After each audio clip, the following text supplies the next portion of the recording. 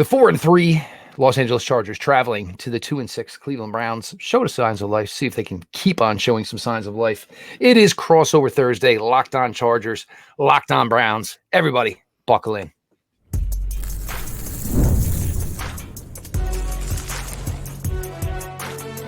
You are Locked On NFL Crossover, part of the Locked On Podcast Network. Your team every day.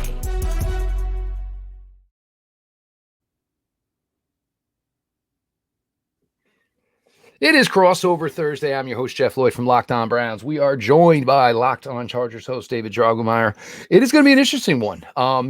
Los Angeles Chargers trying to put it all together, trying to find out who's going to finish second, most likely in that AFC West. Cleveland Browns, left on the side of the road, dead essentially.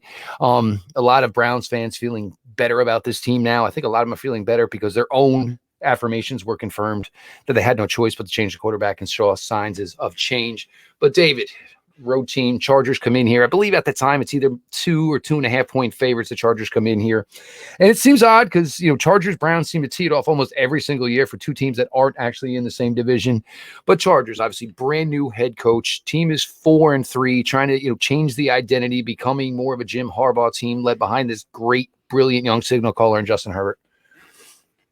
Absolutely, man. I mean, it's a complete 180 from what this Chargers team was in the past, and very much built as a finesse football team. Really invested a lot of resources in the wide receiver rooms, tried to get guys that were going to go out there and make plays on the outside, and that's just not how Jim Harbaugh likes to play football. Like, he wants to run the ball, he wants to dominate the line of scrimmage, he wants to play very, very good defense.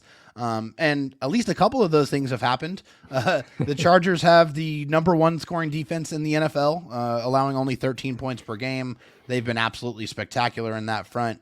They've given up some running yards, but they're 8th against the pass. So the defense has been there. The running game, a couple of games look great. About 3 or 4 games have been very, very subpar in that department. And very much lately, they have been turning the kind of reins over to Justin Herbert and letting him go out there and sling it. And he's been the highest rated quarterback in the NFL over the last couple of games. So seems to be working. We'll see if that continues against the Browns. It is kind of interesting, obviously here, Cleveland, Ohio, you're talking about certainly, Jim Harbaugh being the head coach. You're talking about a former Ohio State running back in J.K. Dobbins, who gave Harbaugh so many fits in college, now being the lead back. A guy that, I don't know how he ended up to the path there where he was. But, the Harbaugh brothers have this deal that, if you played for one of them, they know that you're good enough for the other. So it's been interesting in that respect. This is a team that moved on from longtime veteran Keenan Allen. The second-year wide receiver Johnson. I think it's better than it was as a rookie year. But where is this team as far as progressing? Look, it's great to be 4-3, but it's a question of are you being coached to the top of your abilities at 4-3? And if that's the case, you're definitely gonna have to upgrade talent as the years go on. Yeah, I mean, I think the Chargers, especially on the offensive side, have not really found their groove completely yet. I mean, there's still been, some drives where they've gone 3 and out. There's been some lulls. They've had some issues scoring in the second half. But I think, honestly, for me, the biggest storyline on offense for the Chargers is Joe Ortiz going to go out there and make the offense better? Is he going to go out there and add a weapon to this Chargers offense that has kind of been underperforming? I mean, I think with Justin Herbert, he's trying to make it work. Ladd McConkey, the rookie, has broken out. He's been fantastic. But I don't know if there's been enough out there for Justin Herbert if the Chargers really want to make a case to make the playoffs. Chargers are 24th in points per game, 23 in yards per game. They need to go out there and add. And unfortunately right now, Jeff, there's not a lot of options out there with the trades that have already been made for the Chargers to upgrade their offense. So the trade deadline's Tuesday. Is the Chargers going to make a move to try to improve this offense? I certainly think that, it's something that you have to pursue here. And it's weird because everybody says trading deadline, but all this stuff that gets done, most of the time it's done 5 weeks before, 3 weeks before. You certainly had, Deontay Johnson just got moved. There was another talk about, Christian Kirk was going to be a huge guy on but, breaks a collarbone. Unfortunately, his season now is over.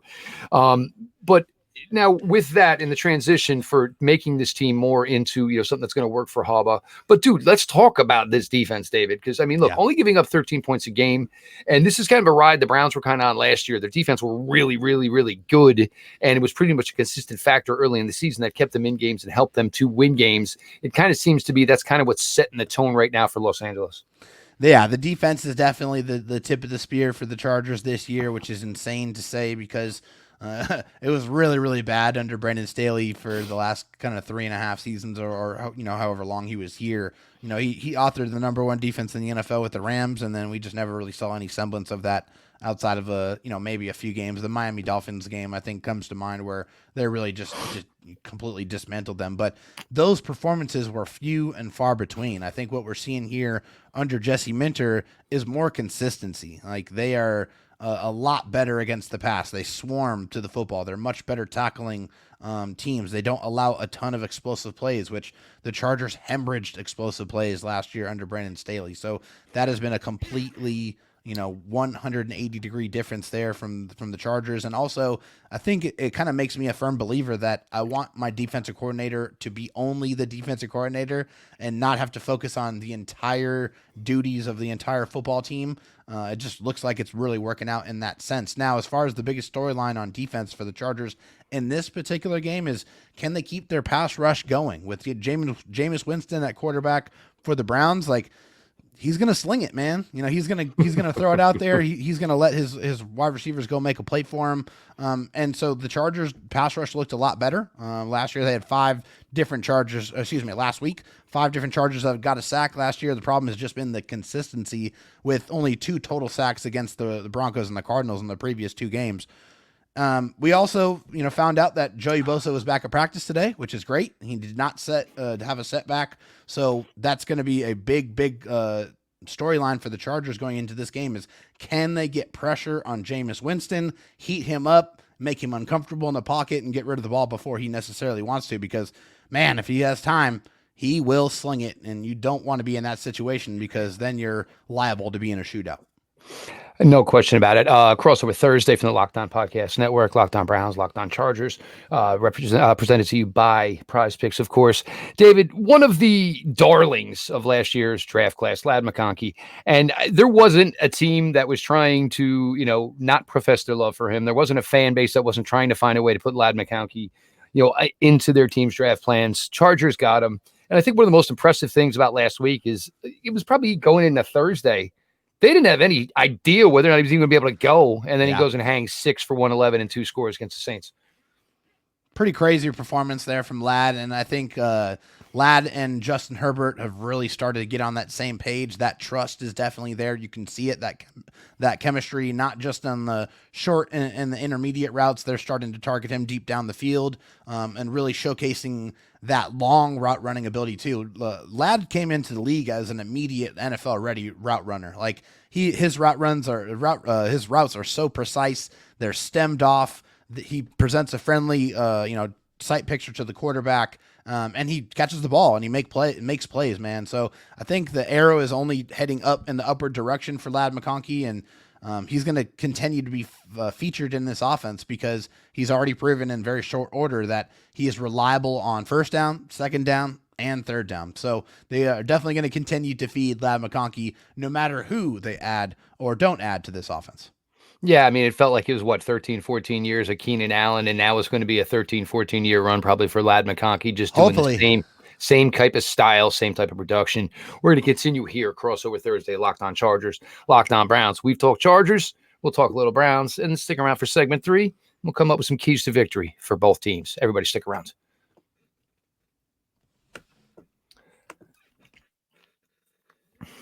Our friends over at 5 Hour Energy know that being a passionate football fan isn't just a hobby, it is a way of life. It takes a lot of energy to power through all-day tailgates, touchdown celebrations, or an agonizing second overtime, which is why they created the Stan the Fan 5 Hour Energy Shot with a special flavor called Fan Fuel, the energy shot made just for super fans like you, the fans who are first in the parking lot and who are the last to leave. We see you.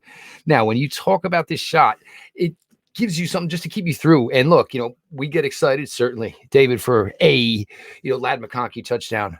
us getting Nick Chubb back. Myles Garrett sack, 2 touchdowns for Cedric Tillman last week. Stuff like that gets you fired up, and 5-hour energy helps you remain fired up. 5-hour energy knows that no matter what team you root for, being a fan requires heart, soul, and a whole lot of energy. Whether you're prepping for the big tailgate or ironing your jersey, your game day to-do list is always a mile long. That's why the limited edition Stan the Fan 5-hour energy shot is here to help keep you fueled throughout the season. What's your fan fuel this week? Whatever it is, do it with 5-hour energy. Available on 5hourenergy.com, shipped nationwide.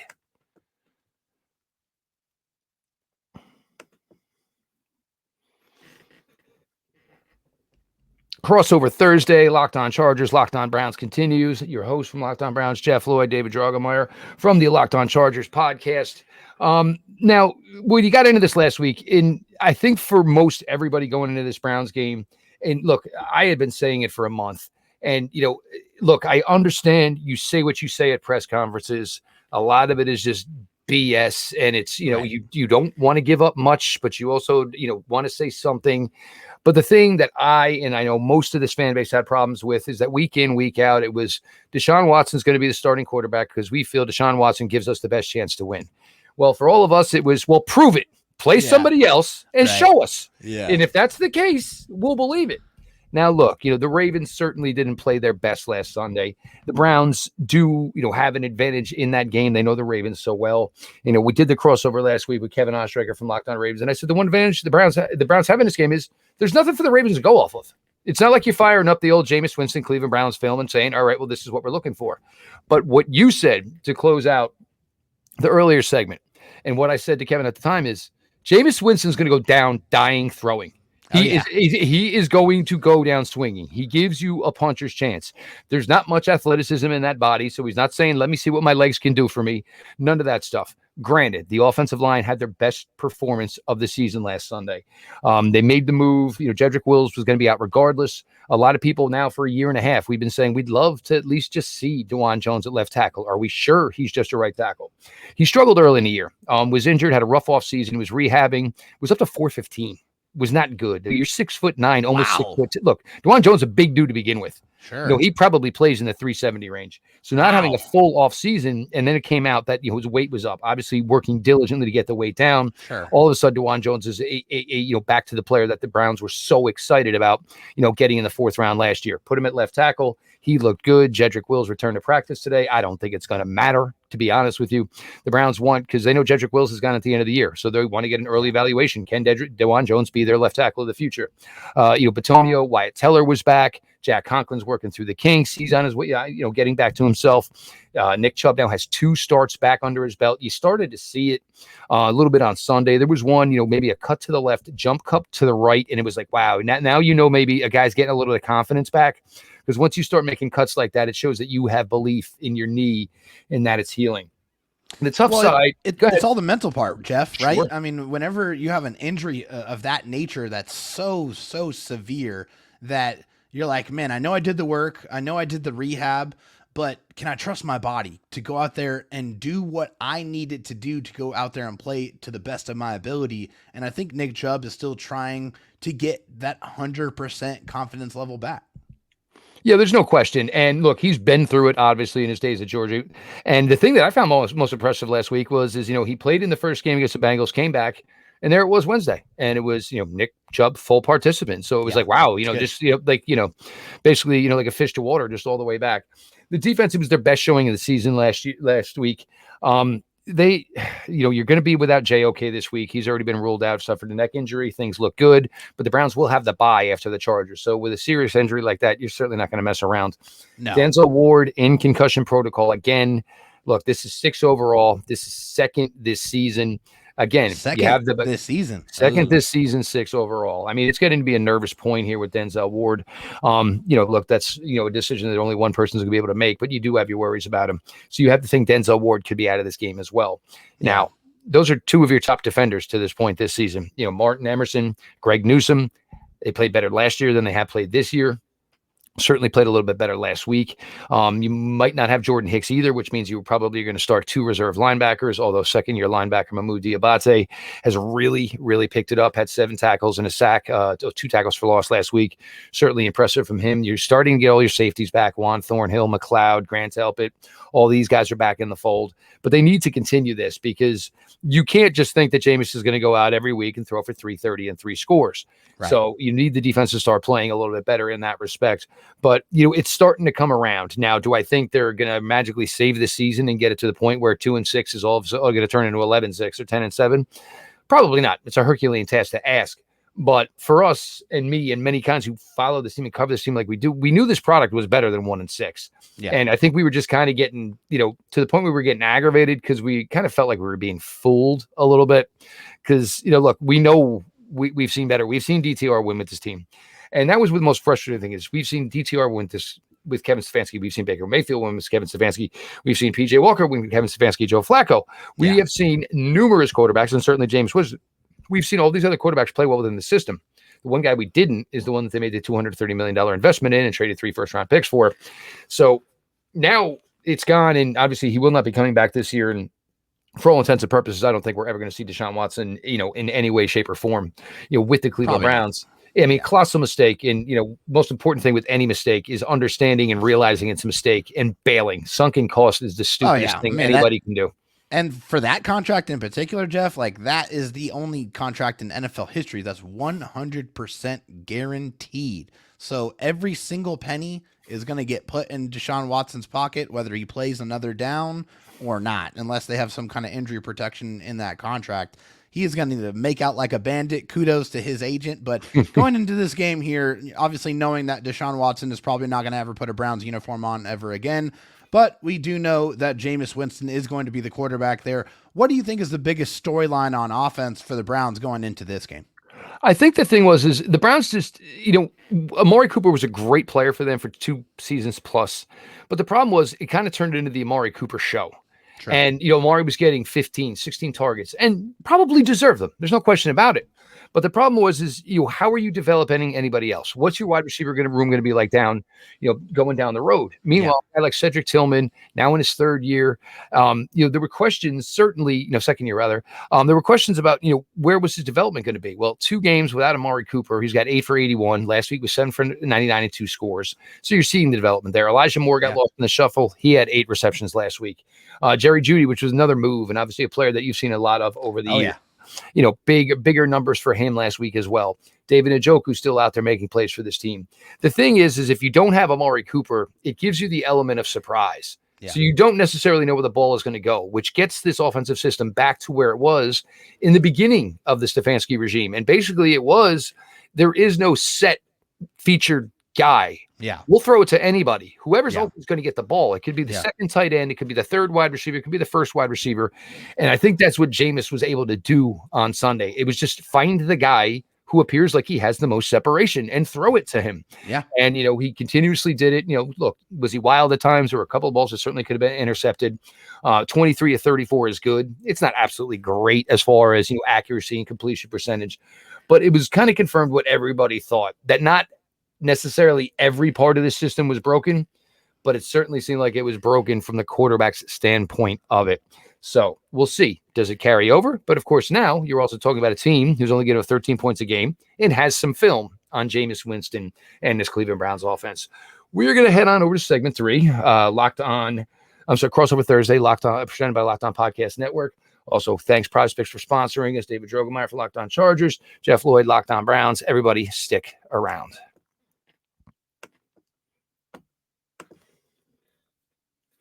Get ready to tackle the NFL action with FanDuel, America's #1 sportsbook, because right now, new customers can bet $5 and get $150 in bonus bets if you win. The FanDuel Sportsbook app gives you everything you need to place live bets on the NFL all in one place. So when you get a hunch in the middle of the game, you can check out the latest stats, view live play-by-play, and so much more on the same page where you place your bets. Just visit FanDuel.com to join today. You'll get started with $150 in bonus bets if you win your first $5 bet. That's FanDuel.com. Never waste a hunch and make every moment more with FanDuel, an official sportsbook partner of the NFL. Listen up, renters. You ever feel like you're stuck in this loop of rent payments, just watching your money vanish into thin air? It's time to turn the rent game around and start earning some serious rewards. That's where Bilt Rewards comes in. Real talk. We've all been there, feeling like we're burning cash with those rent checks. It's frustrating, right? But here's the deal. Bilt Rewards has figured out a way to make rent more rewarding. Say goodbye to the money bonfire and hello to a renter's revolution with Bilt. Bilt is breaking ground as a neighborhood rewards program that hooks you up with points on your rent. Every month, pay your rent and watch the Bilt points roll in. Use points to jet off on a dream vacation. Put your points toward a flight or hotel stay with 500 plus airlines and 700,000 plus hotels and properties. You can also use your points to book fitness studio classes, redeem them toward a future rent payment. They're designed to meet your lifestyle. Pay rent hassle-free through Bilt Rewards app. Your rent game just got a major upgrade. Bilt points have been consistently ranked the highest value point currency by the Points Guy and Bank Rate. Earn points by paying rent right now when you go to joinbilt.com/LockedOnNFL. That is JOINBILT.com/LockedOnNFL. Make sure to use our URL so they know that we sent you. Join built.com/LockedOnNFL to start earning points with your rent payments today.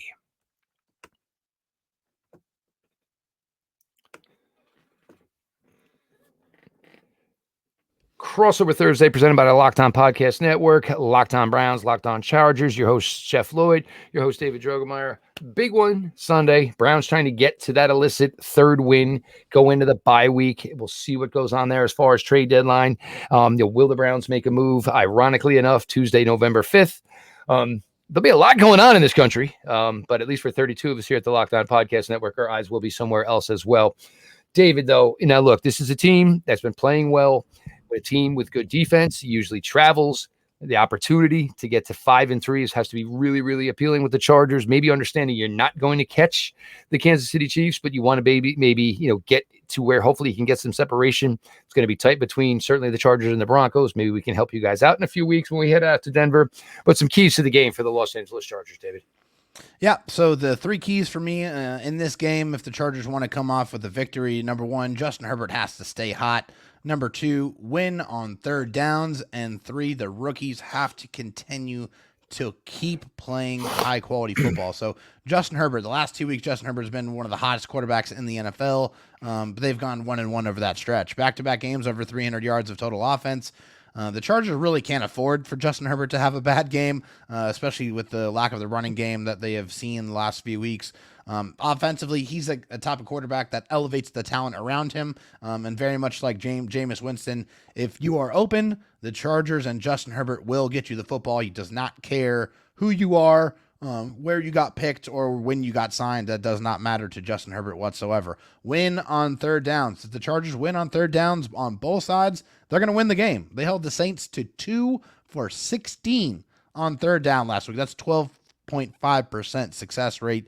Offensively, they have only converted 25% of the time on third down. So that's got to get better. So you win on third down on both sides, you got a good chance to win the game. And then the rookies playing well. The Chargers have a lot of rookies that are playing a lot of very crucial, important parts for the offense. Joe Alt played one of his best games of the year last week, giving up 0 pressures in the entire football game. Now he has to go up against the boogie monster in Myles Garrett. So that's going to be a very, very big matchup to watch. Ladd McConkey's been the wide receiver 1 for this team. He's been fantastic. Good chance that the Chargers are also going to be starting a couple of rookie cornerbacks in Cam Hart and Tarheeb Still, who have played fantastic football up to this point. So Chargers have a lot of rookies that have been highly involved on both sides of the ball. If the Chargers want to win, those rookies need to continue to play high-quality football. For the Browns, I'm going to start here. Look, I believe it's 4.8 yards per carry. The Chargers, the one thing they're not necessarily that great at is defending the run. Look, the Browns offensive line is playing better. This will be Nick Chubb's third game back. There were a couple of spots, had a 15-yard run on Sunday. There were a couple of spots where you said, you know what, he's almost there. He's almost there. Well, you see a team who's giving up 4.8 yards per carry. Maybe there's an opportunity for the Browns to do some damage here in this run game. I'm not going to lie.